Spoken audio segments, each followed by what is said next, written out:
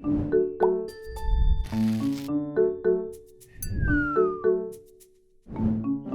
I'm Sean. And I'm MJ, and today's big idea is that God helps us find peace. Isn't that what older people are looking for? I mean, do we as young people really want peace? Are we more interested in the excitement life can offer? I think excitement is good, especially when there's so many things at our fingertips. We have access to the internet, we have video games, we have social media. But for me, I just find it important to take a step back from all that and find peace. One way I do that is I go for a hike in creation. I can smell all the smells, and I can hear all the things that I otherwise wouldn't. And that is one way that I find peace. You know what? I think I agree with you. We've been tracking with Joshua as he led the Israelites to the Promised Land. And today we're going to look at the end of his journey and what that means for us today. Let's check out this God story.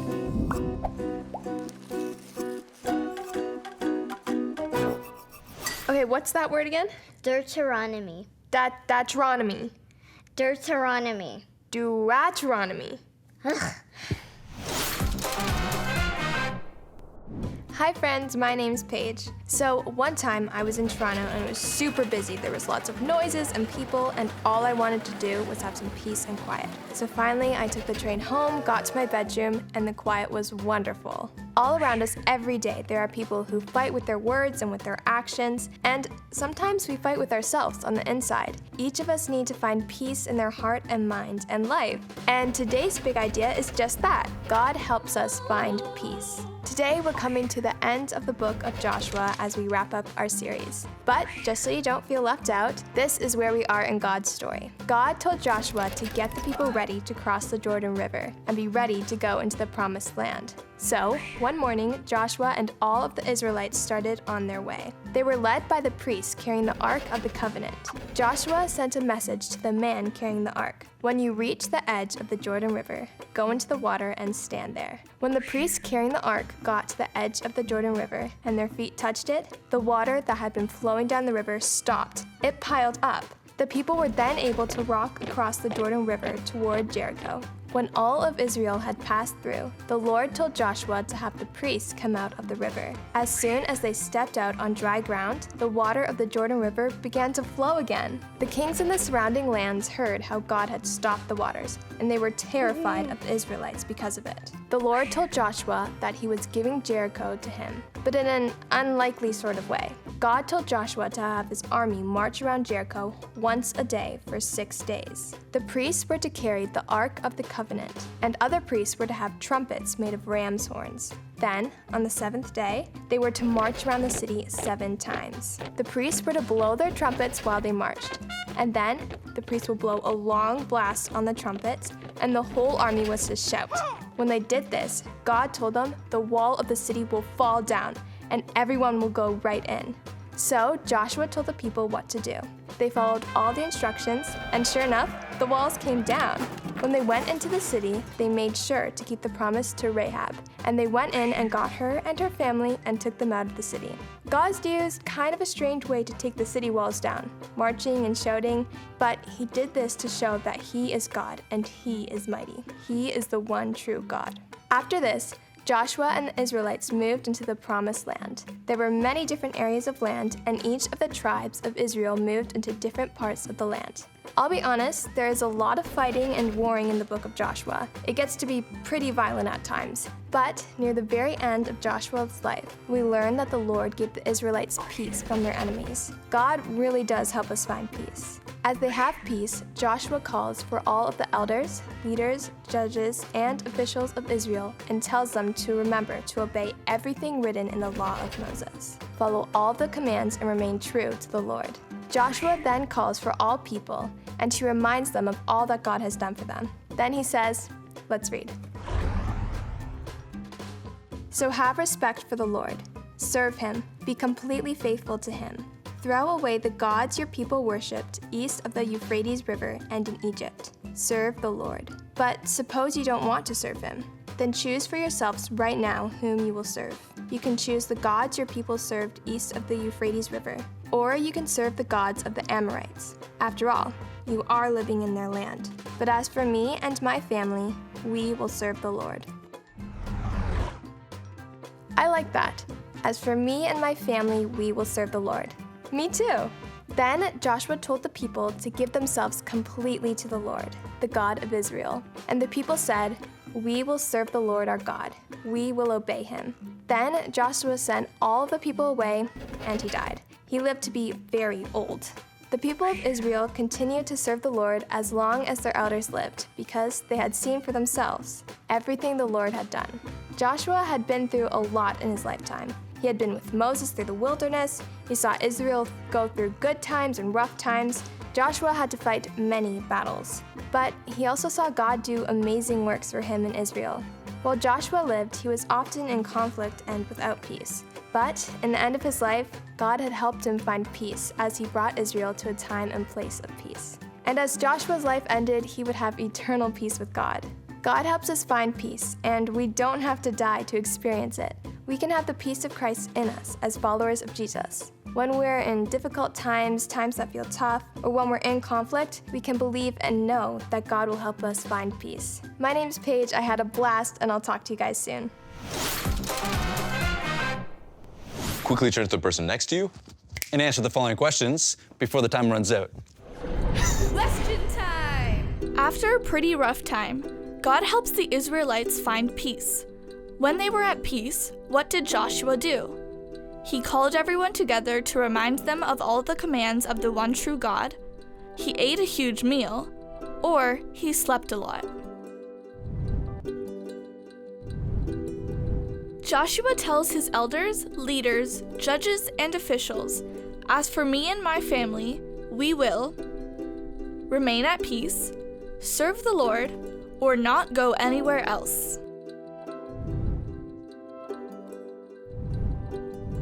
What can we learn from Joshua for our lives?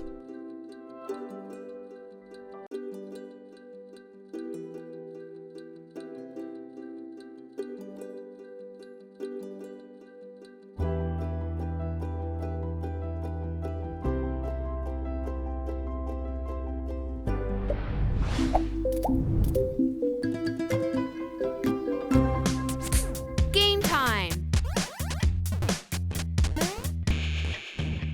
Goliath. Can you say the key verse before the battle is over? Get ready! 3, 2, 1, go!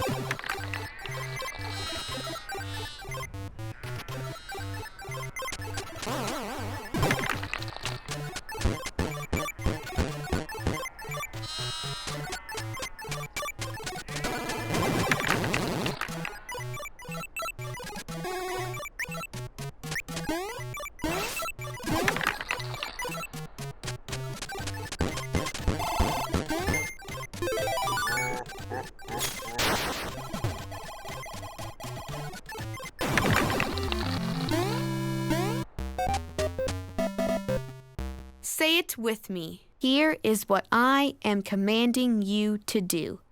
Be strong and brave. Do not be afraid. Do not lose hope. I am the Lord your God. I will be with you everywhere you go. Joshua 1, verse 9. Did you know that the names Joshua and Jesus are actually the same? And they both come from the Hebrew name, Yeshua. I did know that actually. And it's so cool to see that Joshua and Jesus both mean savior, deliverer, and rescuer. With the difference, of course, that Joshua brought peace through violence and Jesus brought peace through peace. You're right. And what's interesting about that is that Jesus accomplished more through peace. We have our friend Chris who went on a photography outing, and he's going to share with us a little bit about that. Let's take a look. Shooting photography in a city, in a busy environment is really interesting because everything is happening really fast. Like life is just happening. All these people, all these cars, and all these sounds. But when I'm there just with my camera, it almost feels like time slows down for me. I come from a small town, so I'm always blown away by how big and vast cities are. So many people, so many things to see and new places to explore. So that's what we're gonna do today. We're gonna go out and explore, meet up with some friends, and take some photos.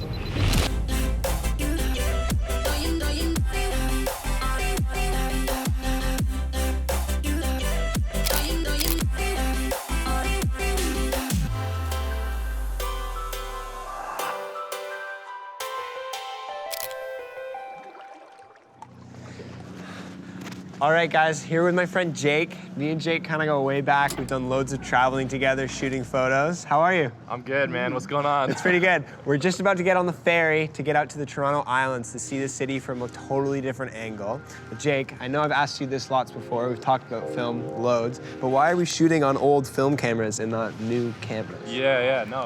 With something like a film camera, you are forced to be present in the moment because it's literally just some technical settings, the camera, you, and your subject. Something I noticed with digital is I'd be constantly checking the camera to see if I got the shot or if I liked how it looked. And what that was doing is by constantly checking that small screen on the back of a digital camera, it was removing me from being present in that moment. There's nothing to hide behind. You literally have to interact with the subject, and I think that's such a beautiful way to experience photography. Okay, we're here on the island, and it's pretty empty, but it's making for some cool photos. Everywhere is kind of like empty and it's spooky. It's kind of like a ghost town. Yeah. So it's cool, like to think we're still in Toronto, but we're in this place where it almost feels like there's no one around. Well, yeah, there is no one around. I know. Am I a vlogger? Yeah, you're I was born to do this. I feel like I'm carrying an Olympic torch. All right. You're weird. Yeah, check this out. We're about to go to this spooky zone.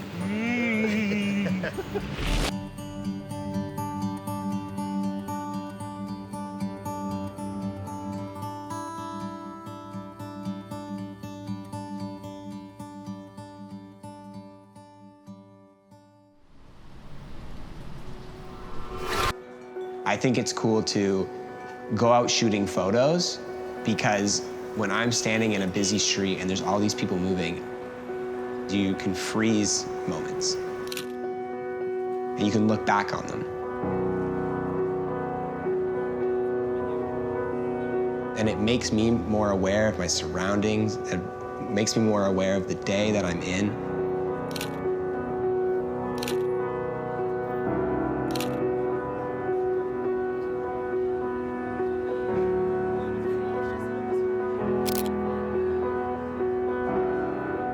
Going out and taking photos, it brings me this sense of peace. It's kind of just me on my own, and in that time, I'm able to connect with God. I'm able to pray, think about things, and really feel His presence.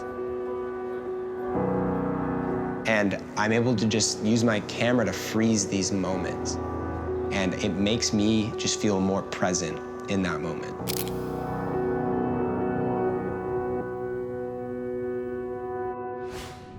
When this story started, I was struggling to see how Chris would find peace.